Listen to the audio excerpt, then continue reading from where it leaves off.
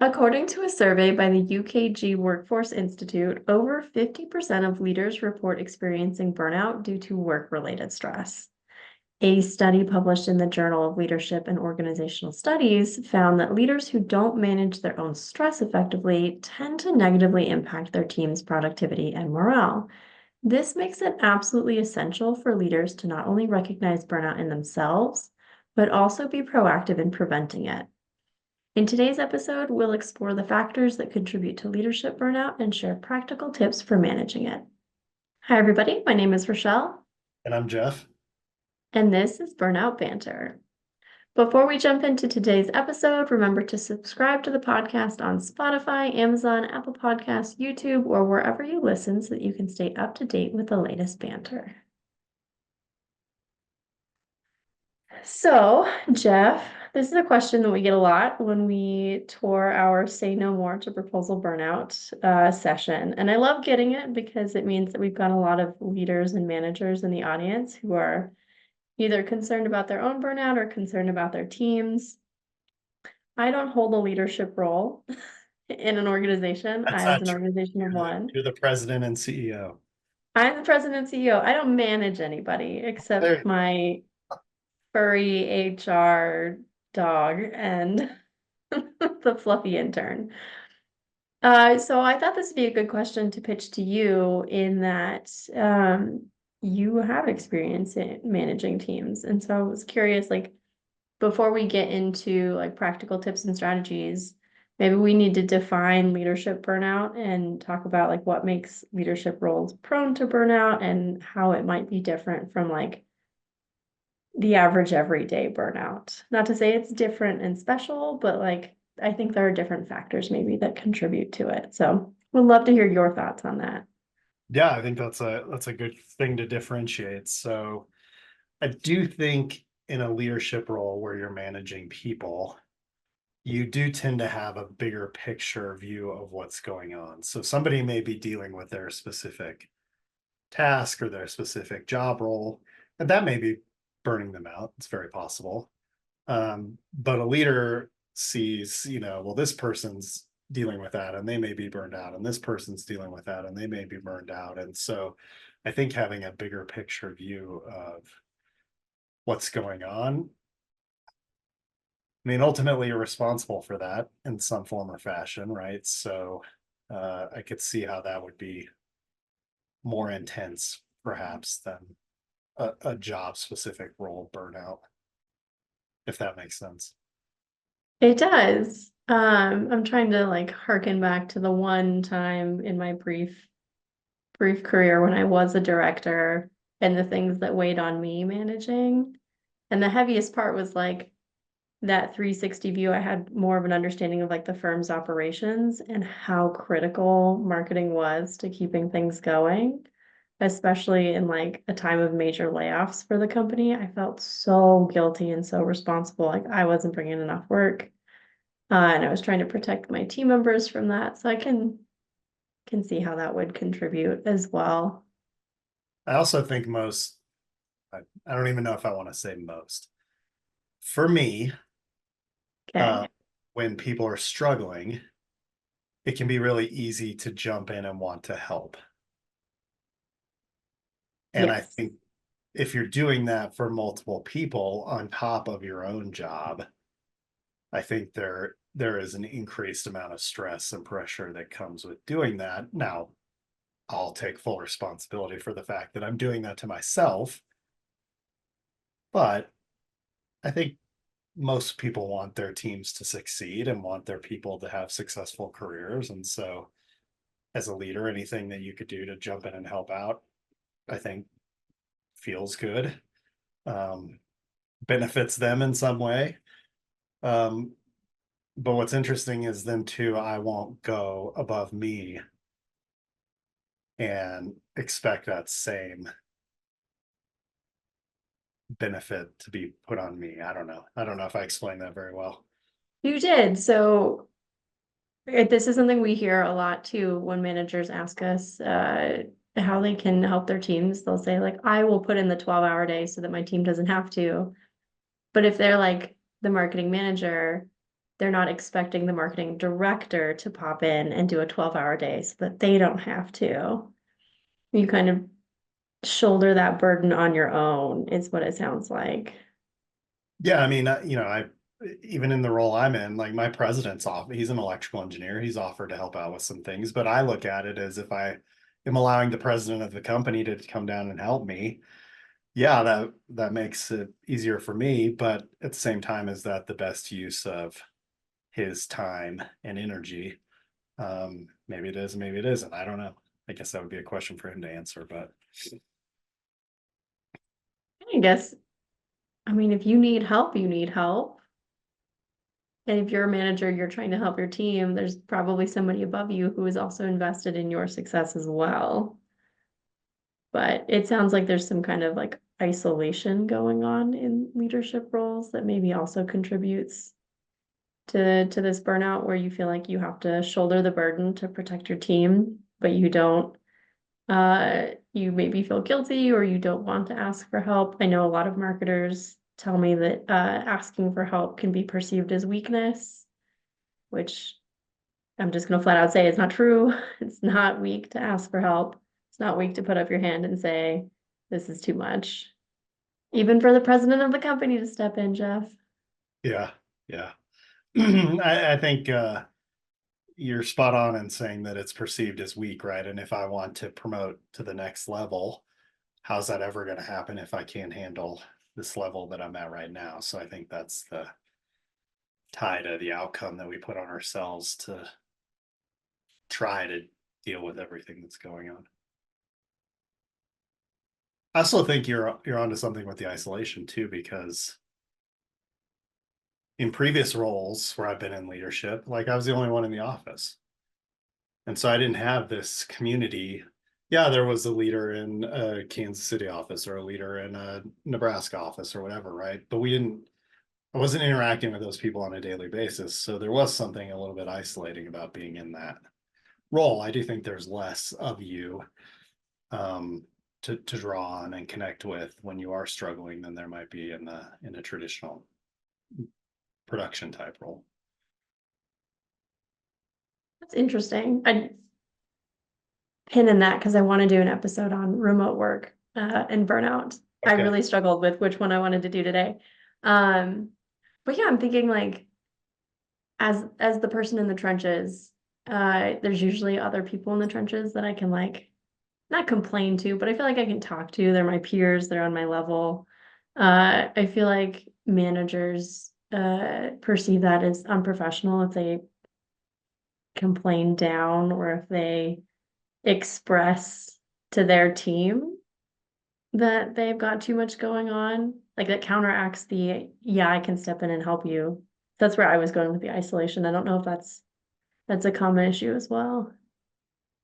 I think when you're in a leadership position, you do have a big say on the morale of your team, or you have a big role to play in the morale of your team.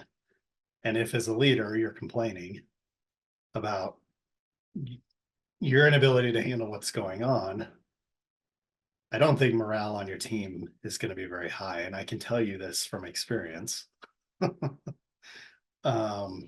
that isolated role where I didn't feel connected to leadership, I'm not saying I'm proud of this, but the easy button was to go talk to the staff in the office, and that did create a really negative environment. So Right. I remember that story. I didn't mean to out you on that, but I'll own it. I did it. I know it happens to a lot of people. I know where they just don't know where to turn. And we've got a whole episode on like finding your community and finding peers. Um, but yeah, I also, so we've kind of like set the stage for leadership burnout and why it looks different.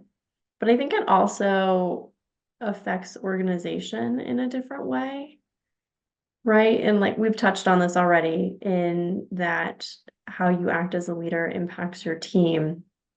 But from your perspective, is there anything else that like burnout in leadership does at an organizational level? Does that make sense? Did I say that in the weirdest way possible? Yeah, I mean, it's a great question. I think as a leader, when you're burned out, maybe you care a little less about what happens, um, as a way to protect yourself. And if that's what's happening, I would assume productivity could potentially go down, performance and quality could go down, if you're not as engaged with managing what's happening amongst your team. So I do think that I think, when even when you're amongst your peers and like trying to lead the company to wherever it wants to go, if people are checking out of that right now, the company's not growing or becoming what it wants to become either. So I think it goes both up and down. That makes sense. Yep, All sorry, done, I'm it's all done, organizing thoughts. it's all done to protect yourself, right? Like I'm burned out. I can't do this anymore. Right. So, you know, either physically my body's gonna shut down and try to protect myself, or you get to that cynicism or that exhaustion where you just don't care, negativity around your job. And um, I guarantee you that has a huge impact both up and down. And in terms of I loss, absolutely. We've already talked about like burnout has a dollar, like a hard dollar cost associated with it for organizations. That same study that I mentioned at the top of the episode, it mentioned that like nearly a third of employees wish their organizations would act with more empathy. And because we talk a lot about how burnout affects emotions and you kind of check out, you become really negative, lack of empathy is a huge sign of burnout. That to me just said all of the companies who responded to this survey have burnt out employees and they're just trying to protect themselves and so they can't do anything for their teams, which was really, really disheartening for me. yeah, yeah, I do think you care a little bit less. I mean, that's just the way it is when you're burned out. And it's not that you don't care at all. Uh, but in order to protect yourself, you have to care a little less. And I'm just gonna throw it out there for anybody in a management or leadership position listening. That's okay while you're recovering from burnout. Like you're gonna have to shoulder a little less while you work on your recovery. Which leads us nicely into this next section on managing and preventing burnout as a leader. Like I feel like these are going to be a lot of similar things to other episodes where we've talked about how to manage your burnout. Our last episode was all about I'm burnt out. What do I do now? Well, But I as think a leader, what's before you move, different? before you move into that, um, Okay. I do think as a manager, as a leader, especially if you have people that work for you, that's that's probably one of the harder parts of being a manager and a leader is dealing with the people stuff that goes along with it. And I think it's okay to take a step back from things while you're doing that, but that can be the most dangerous thing to take a step back from. Could you explain that a little bit more? I think I know what you're talking about, but I just want to make sure it's super clear. Yeah, so if I disconnect from managing my people, um, their performance could shift or suffer. They may not feel as connected to me as a leader, which they could leave. Um, so I think there's a fine line there to walk of how do I create a little more space for myself, but not jeopardize the relationship I have with my people. Does that explain it better? It does. And so my next question for you is how do you do that? How do you manage your own burnout without completely disconnecting from your role as a leader? Well, I think it's a good question. Finding some support so that you're not dealing with it on your own, could be really Even good. if it's the president of the company? Even if it's the president of the company. Or I've even mentioned, when I did feel isolated in a leadership role, I went out and found Vistage, which was a organization that exists to bring leaders together to work on improving their companies, right? So they have a CEO group, they have a key leadership group. So when I felt isolated and alone, now I'm around 15 other leaders who are going through the same thing and in the same place potentially that I am. And we were all brought together to kind of work on that collectively. So um, doing something like that could be good so that you don't feel like you're on your own. Finding Um, your community for sure. yeah, I mean, even with the people side of things, like I've been dealing with this a little bit myself. And so for 1 month, I was like, I'm not going to do like my little check-ins that I do with everybody once a month because those do take a lot of time. But then like the next month came up and I was like, I can't do that again. I already feel disconnected from them after 1 month of not interacting in this way. So yeah, it could be little shifts like that where it does give you a little bit of space, but I would try it. The temptation is there to like, oh, well, that was kind of nice. I just got back this much time in my day. Let's extend that for another month and another month. And then all of a sudden now you have no relationship with your people and nobody's connected. So finding that happy medium between I gave myself some space and now it's time to check back in. Maybe Yeah. setting that expectation with your people Yeah. about, so they know that you're not just like ignoring them and checking out this month. Like, Yeah. hey, we've got a lot going on this month. We're gonna make up for it next month. Yeah. Explaining what you're doing ahead of time, which I did, so that it was Perfect. just like, your meeting has been canceled. No explanation, right? I've had a few of those with managers in the past, and it's okay. It's fine. Everything's fine. That makes me think of another thing that a lot of people talk about in our sessions, is like this idea that you always have to be on. This is also one of our most common burning questions for marketing people, managers, and just regular people. Um, but as a leader, I feel like there is an extra pressure to be on and accessible to your team at all times. And I see this in the industry, I see it outside of the industry, but the higher up you get in the like kind of corporate structure, the less your phone goes on silent like after work hours. So how do you break that, or how do you manage that and tell yourself it's okay while still supporting your team? Well, first of all, it is okay to turn yourself off from those things. Um, Agreed. I'm and anticipating the people who say no. right.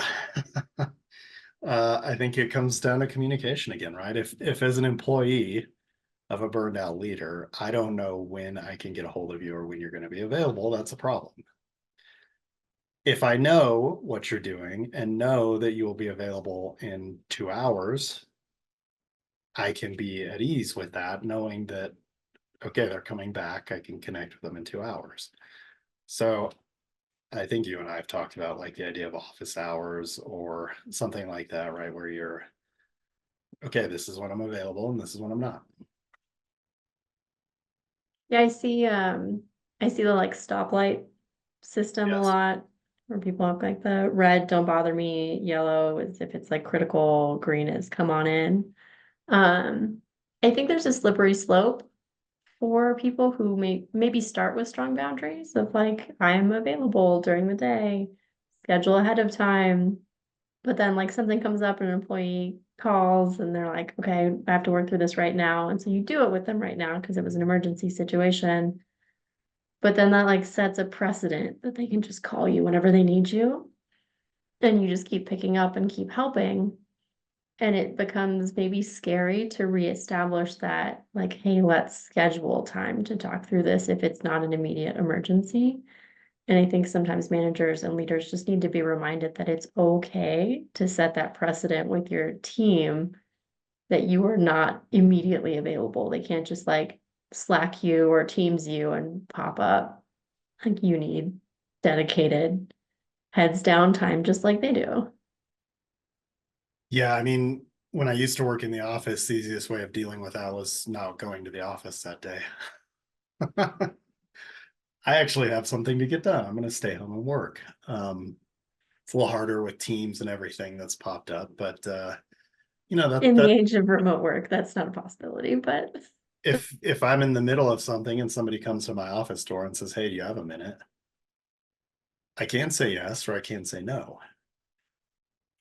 If I say no, I can't just say no though. I have to say I do not right now, but here's when I will. I So I mean, you think could just say you no, could just say no, but then the person is left, right? Like, okay, no, I didn't get what unsupported. I'm ever going to get what I need. Um, they're not going to like working for you. So, This is why I don't manage people. There's a clear difference here, but but I think it goes, Andrew in the Time Boss episode a couple of times ago mentioned we don't feel like we have the social capital to say no when we're the ones who are defining what enough social capital is or what's not, right? Like if somebody's sick, we're going to say no, and we're not even going to worry about it. But just saying no, I'm focusing on something right now is not enough social capital, so we don't do it. right. We feel like it's not. But it is. And as a manager, that's a really easy thing to feel, right? Because part of your job is managing your people and the productivity of your team. Right? No, that's true. Absolutely true. What about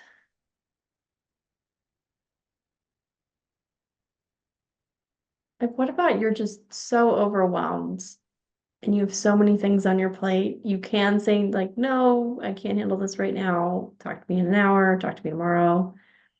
How do you get some of those things off of your plate so that you can go back to being an effective manager? Well, if they've been on your plate for a long time and they're beating you up because they stay on your list, but it's been a long time and nobody's really asking for it, maybe it doesn't need to be on your list. I know I have a To-do lot. list cleanup, that sounds great. Yeah, that it's like, man, I haven't done these in like a year. Maybe I don't really need to, but it's still on my list. It's the idea of when you move into a new house and you put your unpacked boxes in the garage, and 3 years later or 4 years later, they're still in the same box. I would guess whatever's in that box you probably don't need. I just found one of those boxes in my closet. I'm scared to see what's inside of it, but yeah, it's probably stuff I don't need. Yeah. Delegation, right? Can you ask for help? And then I think prioritizing is really important. Like if I could get one thing done or two things done or three things done this week, what are those three most important things? And then really work on those and let the rest of the list go for now. And if you want to bring in things that you didn't prioritize that high later on when you have the other things done, then great. But I think we get ourselves into trouble with to-do lists with 50 items on them or 100 items on them. That's so overwhelming. That does not help our burnout because Not at we're never all. going to get that done ever. No, we've gotten a lot of really good strategies for managing your to-do list by our guests. I love Jen's, if it can't fit on a post-it note, I can't do it today. I also loved the time box strategies for like, let's pre-plan at the beginning of the week, figure out like what our major tasks are, what the minor tasks are, and roll them over as we complete them. So there's no expectation of, I had to do all of this right now. So I think you're right, that can definitely alleviate a lot of that stress as a Yeah, leader. we get requests to do things all the time as engineers, right? And it's like, okay, well, how long is this going to take you? Well, if I was sitting here doing nothing else, it would probably take me X amount of time, right?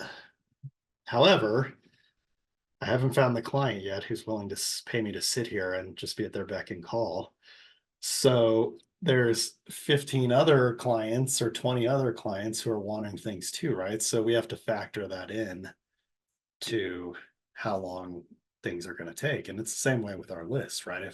our list just stopped being added to and we could just go through it and knock things off, yeah, it probably wouldn't take that long, but every day we get new tasks. So If you find that magic client, see if they need marketing help also. yeah. Putting out the call for magic clients. Anything else that, like any other strategies to prevent burnout as a leader that we should talk about before we kind of move on to those tips and strategies for being a leader and preventing burnout in your team? Yeah, I mean, I think if work is really stressful, trying to figure out ways to add fun in your life outside of work can be huge. I also think creating space to have downtime can be huge. Um, I had things I could have done yesterday.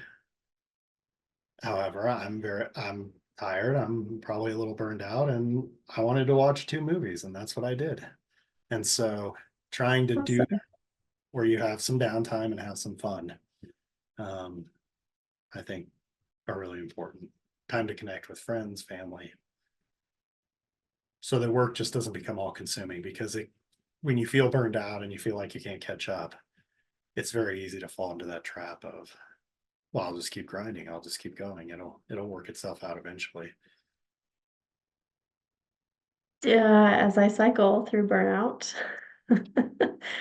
this is something I notice every time and I forget about it, when I get stuck into the thick of things, is that I'm actually more productive when I build in, I don't even want to call it downtime, but when I build in like non-work time, that gives my brain just space to do whatever it needs to do and like start reconnecting.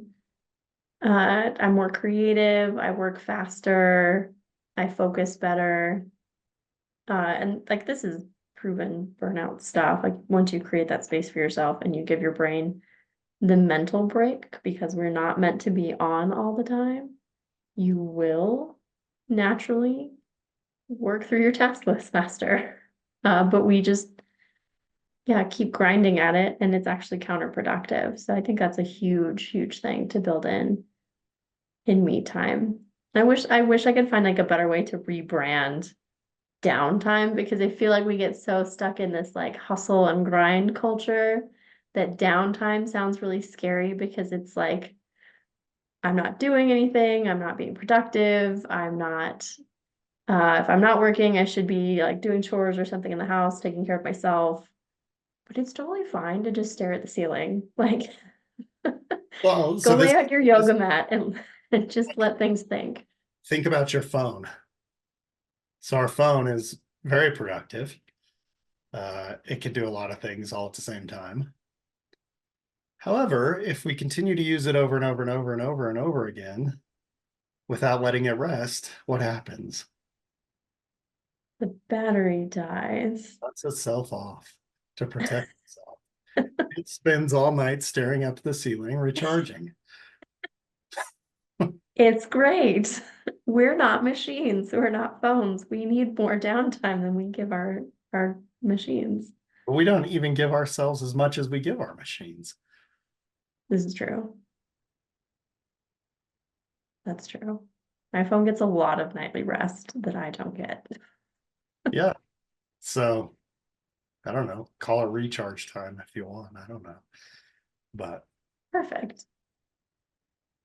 Scream into the void time. Totally yeah, fine. Whatever it needs to be. what's interesting about that too, right? So we do recharge in different ways as people, right? So an extrovert recharges around people, an introvert, as you and I are, recharged by ourselves. So knowing that, for extroverts, it may be more important to get out and be around people. For introverts, it may be more important to watch two movies and just have quiet time. Um, True. I still maintain that you can lay on your yoga mat and stare at the ceiling. One would just do it at home, and one would do it in a class setting. there you go. But you're still giving your brain that space to just wander and like fire up all those little neural pathways that are hanging on desperately to try and remember all the things that you have to do. If you just let those go, they will remember all the things that you have to do very well. And they'll solve those problems for you too while you're not thinking about it. It's amazing. Mhm. So, recharge time, lay down time, stare at the ceiling time. Highly recommend building that in. Yeah, and I mean, even you know, you use your phone over and over and over again, and it gets hot, right? So it's burning out as you use it, and then it's got to rest to cool back down. I think there's something to this analogy. I'd say this is a great metaphor. I think we should keep running with it.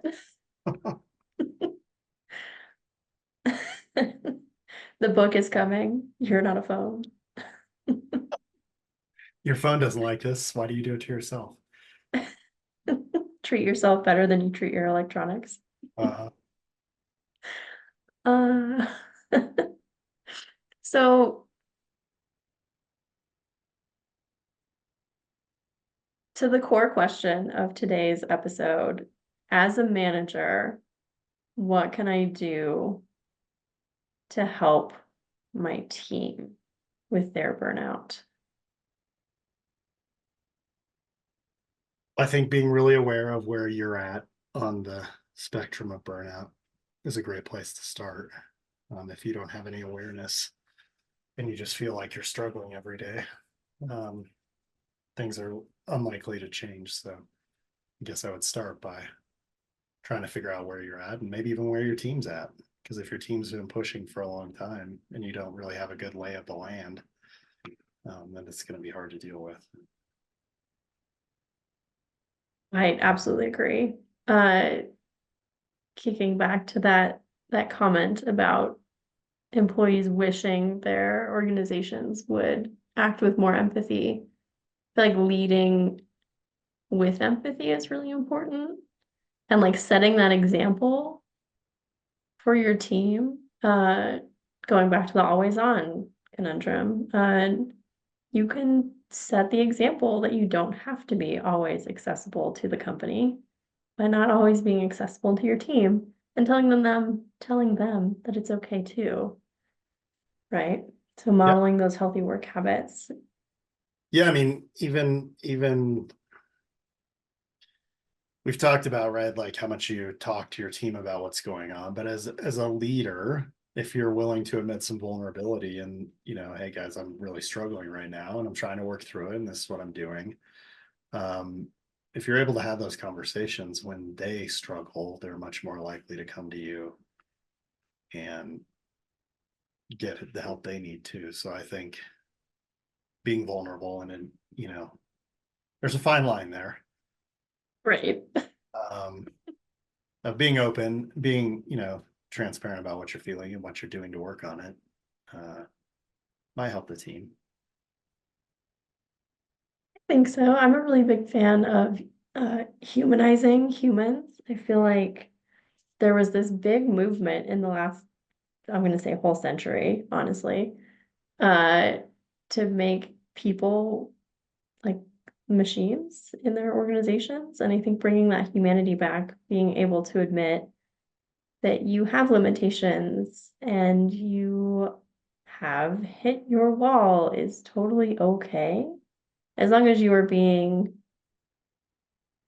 like proactive about it, Yeah. like not using it as an excuse. But I Right. think it's totally great for everybody to humanize situations. That's and I think as a leader that would also encourage your team to do that with you as well.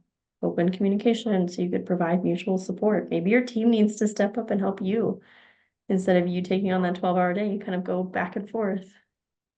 Well, and I talk to this with clients all the time because let's say I'm doing that. Let's say I'm protecting my team and I'm shouldering all this extra work. They're seeing what's going on. Even though I'm saying, right, like, nope, everything's fine, we're good. Um, they're looking at you and they're saying, man, if I want Rochelle's job, this is what's required. I don't think I want to do that. And so it doesn't matter what you're saying to protect them. It's what how you're acting and you know, maybe they don't need to be protected. Maybe they want to participate in a solution, and potentially you're getting in the way of that. I think that's a really interesting point. Uh, who decided that we had to protect them? I don't know. Interesting. I think what happens, right? So when we rise into a leadership position, we've often been in that role before that we're now managing. We saw what it was like, and we don't want our people to experience the same thing as us, even though we've risen above it. I'm air quoting. Um, so in order to not have them experience what we did, we try to protect them. I mean, same thing with parents and kids, right? Like however my parents raised me, there were things I liked, there were things I didn't like. So now as a parent, I'm going to try to do more of the things I liked and less of the things I didn't like, right? So all trying to protect my kids, just like they were trying to protect me. Um, so I think that's probably it comes from a good place. I just don't think people realize, you know, they're watching you and they're seeing what you're doing, and most people don't want to do that, so they're not going to. Right. The well-intentioned leader is maybe not where you need to be. Maybe we need to be more thoughtful and intentional with how we are delegating and how we are communicating with our teams and how we are working together to achieve goals, and letting your team share in both the successes and the work to get there within reason, of course. Like, we don't need everybody working like 80-hour weeks, 100-hour weeks. Let's not do that. Yeah, but But I always bring up, right? So if I have one person working 60 hours a week and the rest are working 40, I don't need everybody to work 60. I need everybody to work 42 or 43. right, This one person who's working 60 doesn't have to work that much anymore, right? Like we've covered it by otherwise we'd just be all on our own working on our by ourselves, and we wouldn't have teams. So that's the benefit of a team, is that the team can get more done than the individual can right. if it functions as a team. I think that's a great point. Uh, and I think that's something that's going to be a little bit difficult for marketers listening to this, because we're very like superhero type A. We have to save the day. And we have individual assignments, even though we're part of a team, one of us leads point on an assignment. And it can be really hard to say, hey, we divide and conquer on these things. Maybe it'll go faster. But I mean, if you look at a sporting, like a team sport like basketball or something, right? If one individual is trying to be the hero, the team suffers and the team's not going to perform as well as another team where they're all functioning as a team. Right. Absolutely. That person's built for individual sports, not team sports.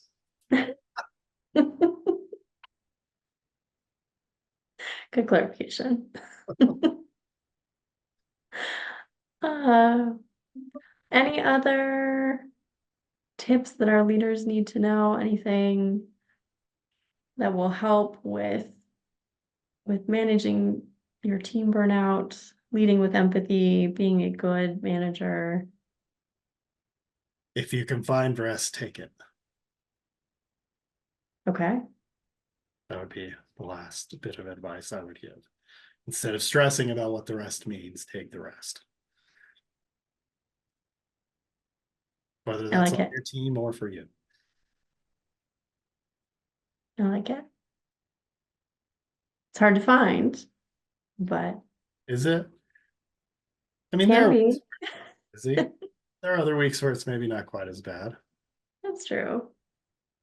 You just have to look for it instead of I looking for what I can do to fill my time. I was just gonna say, go back to that to-do list because it's never ending. I could very easily fill my entire week, but maybe choosing to take a breath is more important. The only time our to-do list at work yet will ever stop is when we retire. Can that be now?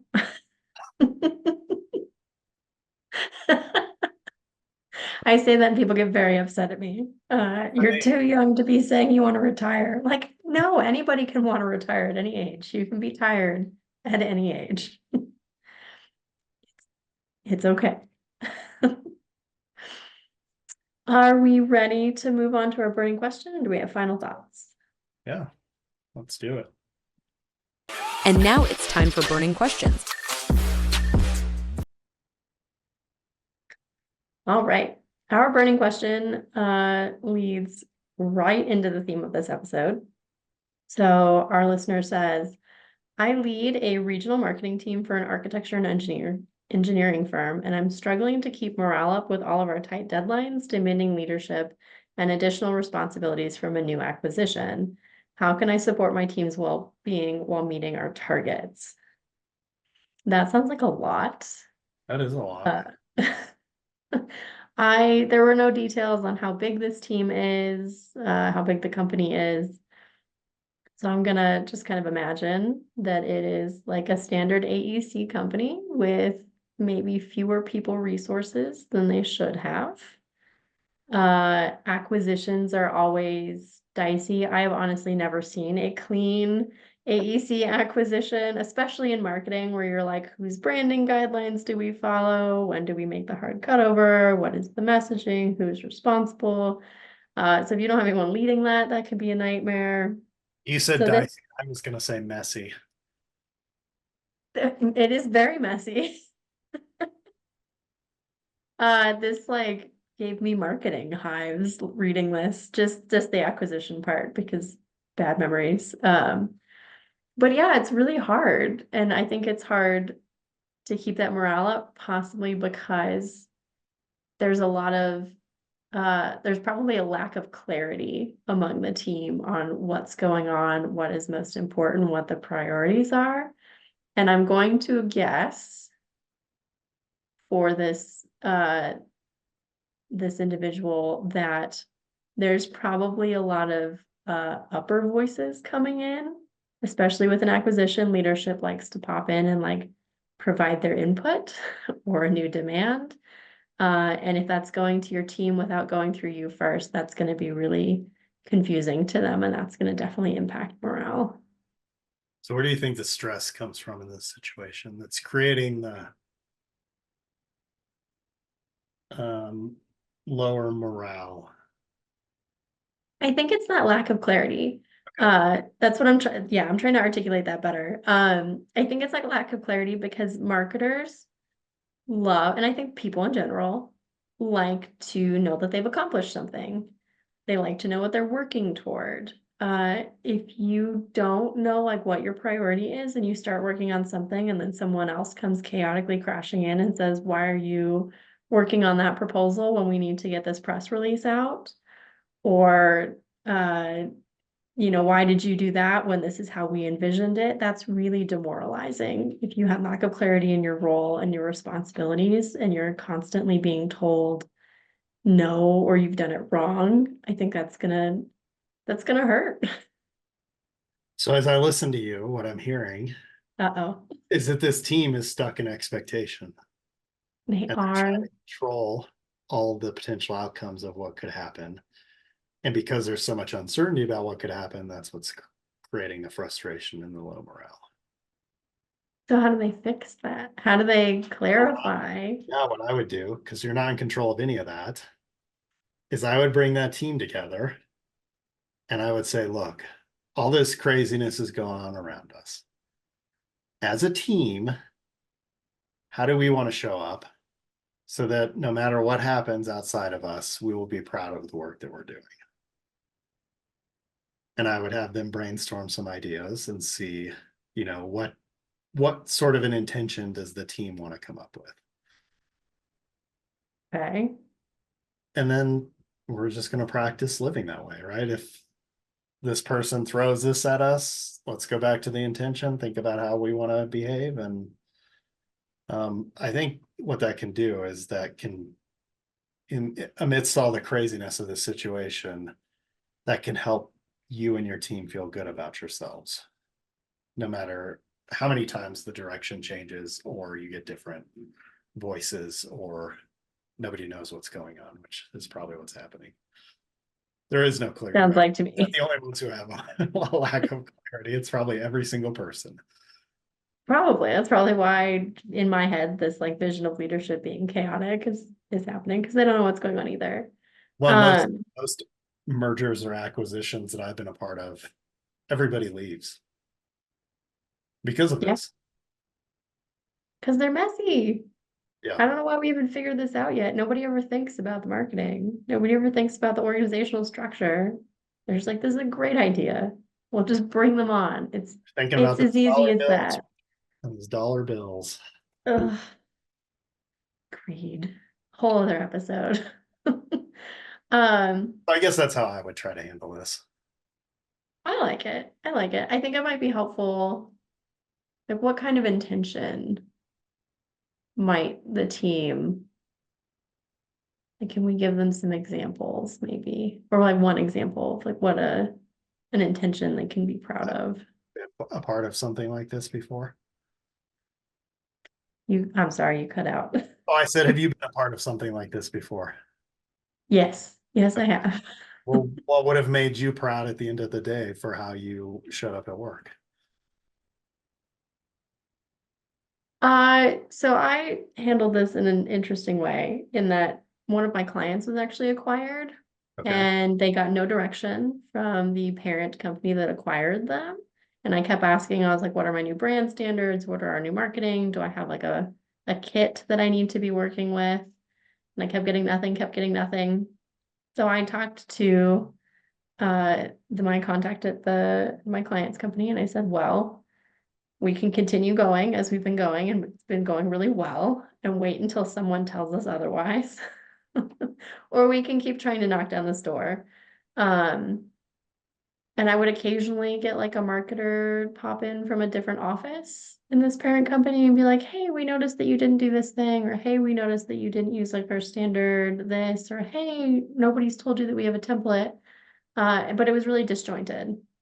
And so the manager and I had a conversation and we decided that what we do works and we were going to ignore everything that came from anybody in the parent company unless it was from like tippy top corporate and they gave us like full instructions. We weren't going to take any of this piecemealed stuff. And so I guess our intention there was to I'm bad at intention statements, Jeff. 3 years So, later, I'm still bad at them. no, it's okay. They're hard. I heard you started with curiosity. Okay, You were trying to figure out what's going on. we tried. We Uh, did our that, best. that didn't work. So I hear decisiveness. Like we're just gonna make Okay, go with it. Um, I heard that you were collaborative. So you were talking to people about it. okay. Help. That does help, and I think that'll help our listener as well. Yeah, because those are things you can control, right? Am I going to be collaborative? Yeah, Am I gonna be curious? Am I going to be decisive? perfect. Awesome. Thank you for walking me through that. No And problem. thank you for walking our listener through that You because did it. You just didn't put the words to it. that's my problem. I can like hear it in my head and I can use too many words. But you're really good at like taking the many words and making them a Well, I really single tried to word. make descriptive of like a behavior. Right.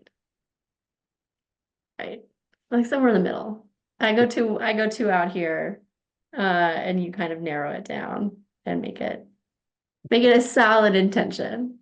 I hate to say that that might be more indicative of your creativeness and my engineeringness. We need both in the world. We got to Yeah, balance each other out. yeah. Any final thoughts on our burning question on managing leadership burnout before we close out? No, and you can bring in a facilitator. I've done this for teams where you spend a half a day talking about intention and trying to come up with an intention for your team. So facilitation can help that process if you're not comfortable doing it as a leader, or, you really, if you feel like your team won't be as open, maybe if you're the one leading it as they might be with a facilitator, that can be a good way to go about this too, if you don't want to do it on your own. Absolutely. Sometimes outside help is necessary. Yeah. That's all. Well, that was great. Very important. Friendly reminder to our listeners, if you have burning questions, please, please, please email them to us at burnoutbanter@gmail.com.